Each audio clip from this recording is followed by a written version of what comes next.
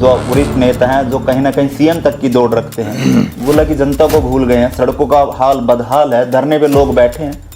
क्या वो सड़कें नहीं दिखाई देती आप लोगों को? लेकिन विधायक जी अपनी राजनीति करने के चक्कर में लगे हुए हैं। राजनीति के चक्कर में हल्के की जनता दुखी हो रही है जी। साठ-गांठ शायद ठेकेदार से नहीं हो पा रही या कुछ और है, साठ-गांठ के चक्कर में शायद काम नहीं हो पा रहा, कुछ ऐसा प्रतीत देखिए, जो हमारे हल्के की सड़कें हैं वो पैच वर्क के योग्य बची नहीं है। पैच वर्क तो वहां होता है जहां कोई गड्ढा हो, लेकिन अब हालत ये हो गई है। आज 3 साल के बाद बड़ी शर्म की बात है कि ये कैमरे के सामने आके कहना पड़ा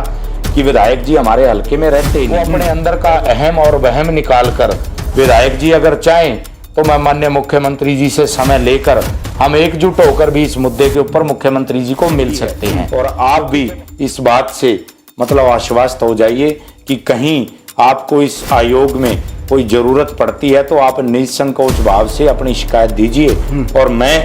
उस शिकायत के ऊपर पूरी गंभीरता से कार्रवाई करवाने। हरियाणा सरकार ने अभी हाल फिलहाल हरियाणा अनुसूचित जाति आयोग हरियाणा का गठन किया है और उसमें गुला हलके से जो पूर्व में प्रत्याशी रहे हैं रवि तारावाली को मेंबर बनाया गया, एक बड़ा पद जो है वो दिया गया है और तमाम विषयों पर चर्चा करेंगे। पूर्व में प्रत्याशी भाजपा के गुला से रहे रवि तारावाली हमारे साथ। रवि भाई आपका स्वागत है। आपका भी बहुत बहुत स्वागत। रवि भाई पहले तो हमारे चैनल की ओर से आपको बहुत बहुत बधाई कि आपको अनुसूचित जाति आयोग का जो है वो मेंबर बनाया गया है। बिल्कुल, मैं अपनी तरफ से आपकी टीम को भी बड़ी बधाई देता हूं कि आप यहां तक मेरे निवास पर पहुंचे और सब साथियों को मेरी तरफ से बहुत बहुत बधाई।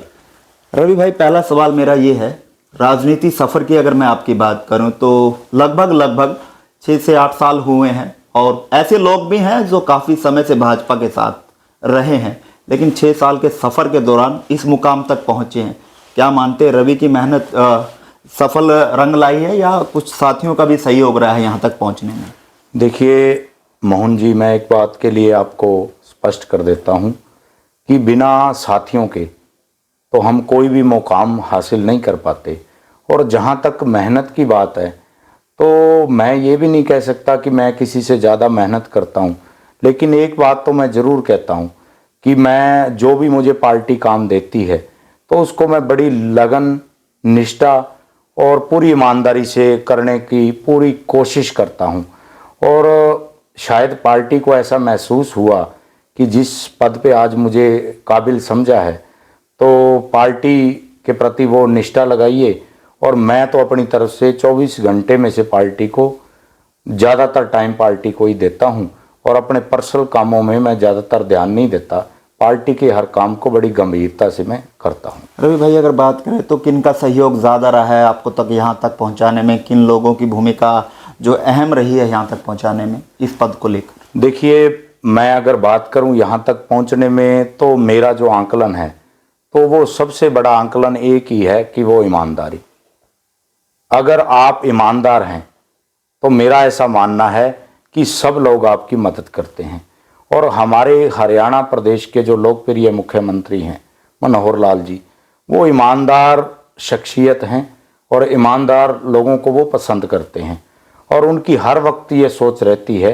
कि ईमानदार आदमी ही जिस पद पे मैं किसी को विराजमान करूं वो आदमी सबसे पहले 100% ईमानदार हो। और मुख्यमंत्री जी ने मुझे उस काबिल समझा है। इस प्रदेश के लोकप्रिय मुख्यमंत्री जी का मैं धन्यवाद करता हूं और हमारे हरियाणा प्रदेश के प्रदेश अध्यक्ष ओम प्रकाश धनखड़ जी और समस्त हमारी पार्टी जो मुझे यहाँ तक सपोर्ट करती आ रही है पहले भी और आगे भी, मैं सभी का अपनी तरफ से तहे दिल से आभार करता हूँ और आश्वस्त करता हूँ आपके चैनल के माध्यम से जो लोग ये इंटरव्यू देख रहे हैं कि जिस तरह से मेरा राजनीतिक जो सफ़र है मैं उसमें एक बात तो हर वक्त कहता हूँ कि मैं किसी भी काम के प्रति कभी अपना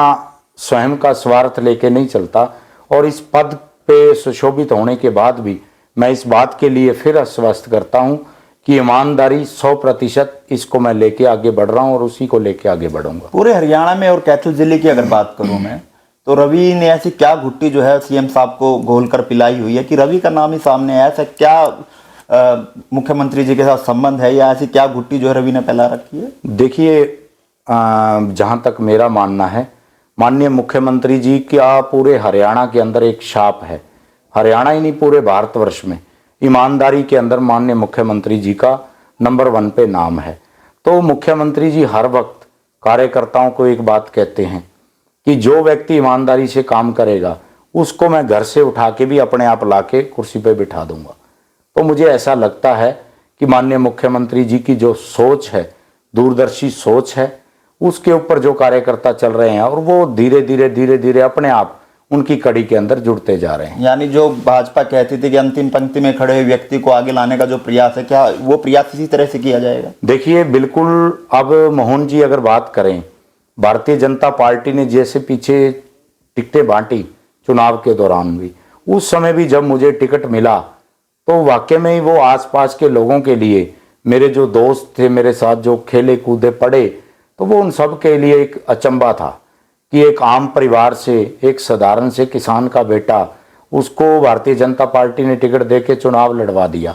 तो ये मेरे लिए बहुत बड़ी बात थी, क्योंकि आज पूरे भारत की अगर बात करें तो सबसे बड़ी पार्टी भारतीय जनता पार्टी, उस पार्टी के अंदर मेरे जैसे एक आम परिवार के व्यक्ति को 32 साल की उम्र में चुनाव लड़वा दिया। तो मेरे लिए ये कह सकता हूँ बहुत बड़ा मुकाम था, क्योंकि एक आप पार्टी ने जब मतलब सिटिंग विधायक को साइडलाइन करके मुझे मौका दिया, तो भले ही चुनाव की परिस्थितियां कुछ और रहीं, उसके बावजूद ही जब चुनाव हुआ, चुनाव में भले हम वहां तक नहीं पहुंच पाए, लेकिन मैंने अपने कार्यकर्ताओं को चुनाव के बाद ये आश्वस्त कर दिया था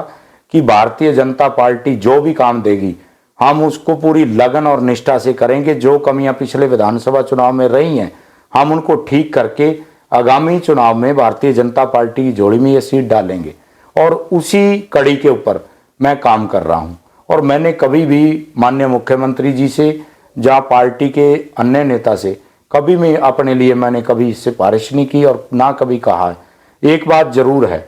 मैं पार्टी के लोगों को पता है मैं जिस विचारधारा के साथ जुड़ा हूं, और भारतीय जनता पार्टी की जो विचारधारा है वो है ईमानदारी, साफ सुथरे तरीके से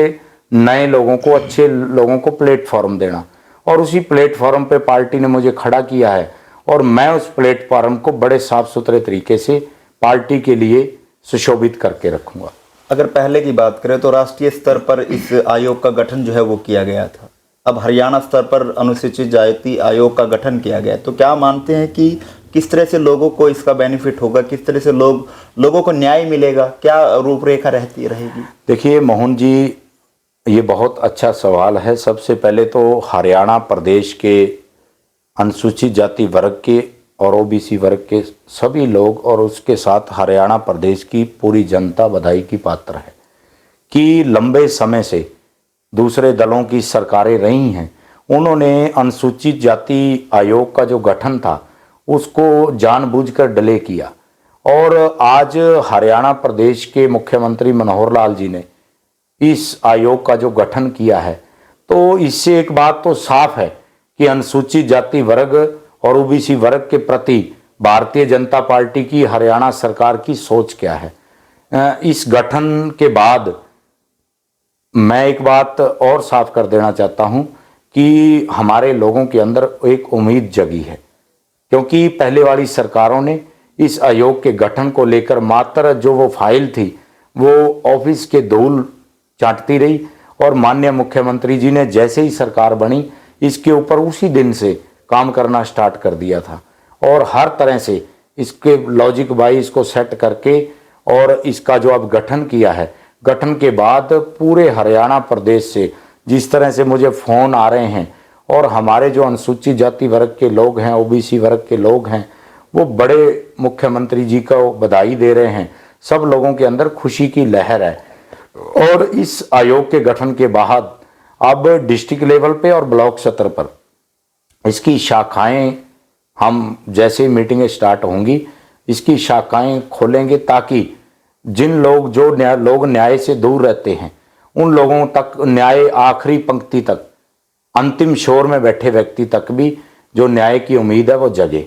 और भारतीय जनता पार्टी की यही सोच है, और उसी सोच को आगे बढ़ाते हुए हरियाणा प्रदेश के लोकप्रिय मुख्यमंत्री जी ने इसका गठन किया है। तो आयोग लगता है कि आयोग से जिन लोगों को न्याय नहीं मिलता था वो लोग आयोग में अपनी याचिका देकर अब न्याय उनको मिलेगा। बिल्कुल, इतना का आश्वस्त लोग हों। बिल्कुल। देखिए, मैं एक बात साफ कर देता हूं मोहन जी कि आयोग का जो ये गठन हुआ है, इस आयोग के गठन के बाद मैं अधिकारियों को भी आपके माध्यम से एक बात कह देना चाहता हूं कि वो कोशिश करें कि आयोग तक कोई शिकायत ना पहुंचे। अगर आयोग तक कोई शिकायत आती है, अधिकारी किसी अपने वर्ग की कोई बात को नहीं सुनते, तो ये बात बिल्कुल साफ और क्लियर है कि उन अधिकारियों को नहीं बख्शा जाएगा, क्योंकि अनुसूचित जाति जो आयोग है इसका गठन ही माननीय मुख्यमंत्री जी ने इसलिए किया है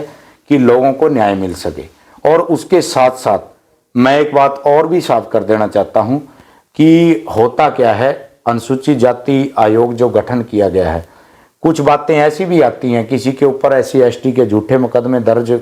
पहले करवा दिए जाते थे और ये चलता है, मतलब लोग इसको हथियार समझ लेते हैं। तो एक बात और क्लियर है, अब आयोग के गठन के बाद हम ऐसी मतलब कि समाज में एक वो लेके आएंगे, परिस्थितियां पैदा नहीं होंगी कि जो झूठे मुकदमे दर्ज होते हैं वो नहीं हो पाएंगे। और जो पहले मुकदमे दर्ज हुए हैं अन्य सरकारों में, मैं एक बात के लिए और आश्वस्त कर देता हूं कि हम उनको गंभीरता से उनकी जांच परख करेंगे और अगर कोई ऐसा मुकदमा हमारी संज्ञान में, हमारी नॉलेज में आएगा तो हम उसको भी ठीक करने का काम करेंगे, क्योंकि हम समाज की सभी वर्ग एक दूसरे से जुड़े हुए हैं और जहां दलित समाज को न्याय दिलवाने की बात है, उसके साथ साथ अन्य किसी वर्ग के ऊपर कोई इस तरह की बात ना आए, उसके लिए भी मैं प्रतिबंध रहूंगा। कुछ ये लोग हैं जिनको दबाने का काम किया जाता है, तो ये लोग आश्वस्त हो जाएं कि जो आयोग है, यानी अनुसूचित जाति आयोग जो बनाया गया है, रवि तारावाली जो मेंबर हैं कैथल से, गुला से, वो उनके साथ खड़े मिलेंगे। बिल्कुल बिल्कुल। ये हरियाणा सरकार ने जो आयोग बनाया है ये सभी वर्गों को साथ लेके चलेगा। उसके साथ साथ अनुसूचित जाति और OBC वर्ग के जो लोग हैं उनको भी मैं आश्वस्त कर देता हूं कि इस आयोग के गठन के बाद आपको पूरा न्याय मिलेगा। और हमारे हरियाणा इस अनुसूचित जाति आयोग के जो चेयरमैन लगाए गए हैं रविंदर बलियाला जी, वो भी बड़े नेक और साफ सुथरी ईमानदार छवि के व्यक्ति हैं। हम जितने भी साथी इसमें लगाए गए हैं माननीय मुख्यमंत्री जी ने, हम उनको इस बात के लिए आश्वस्त करते हैं कि बड़ी साफ सुथरी नीयत के साथ हम काम करेंगे। रवि भाई, सवाल है, कड़वा जरूर है लेकिन सच्चाई है। गोला के लोग अब ये कहने लग गए हैं, चाहे वो मौके का विधायक हो, पूर्व में विधायक रहो, या जो भी नेता हो, जो वरिष्ठ नेता हैं, जो कहीं ना कहीं CM तक की दौड़ रखते हैं, गोला की जनता को भूल गए हैं। सड़कों का हाल बदहाल है, धरने पे लोग बैठे हैं, क्या वो सड़कें नहीं दिखाई देती आप लोगों को? देखिए, आपकी बहुत अच्छी बात है मोहन जी। जहाँ तक सड़कों की बात है, अब अगर मैं बात करूँ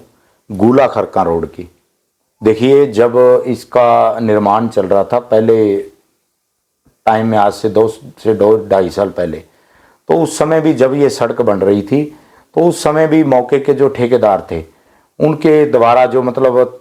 किसी तरह का जो भ्रष्टाचार की बात थी, मैंने उस समय भी अपने साथियों को लेकर इस सड़क का काम रुकवाया था और उसको पारदर्शिता से करवाने के लिए मैंने पूरी लड़ाई लड़ी थी। मेरे पे उस समय भी झूठे मुकदमे दर्ज हुए थे। और अगर बात करें आज सड़कों की, वाकई में इसमें कोई दो राय नहीं है कि गूला की सड़कें हैं जो उनकी हालत बड़ी दयनीय है और ज़्यादातर सड़कें हैं जो वो टूटी हुई है। और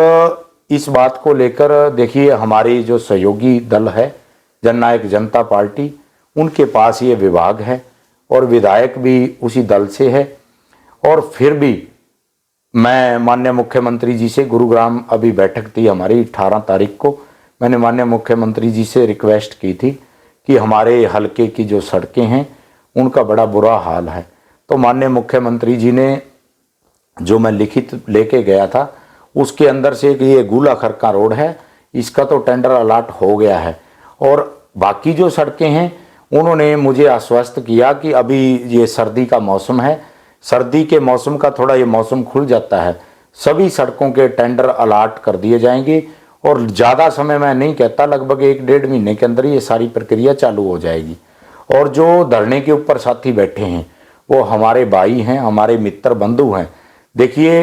अच्छी चीज़ के लिए वो बैठे हैं और मैं उनसे भी एक रिक्वेस्ट और अपील करूंगा कि सर्दी का मौसम है और वहाँ जो इंतज़ाम हैं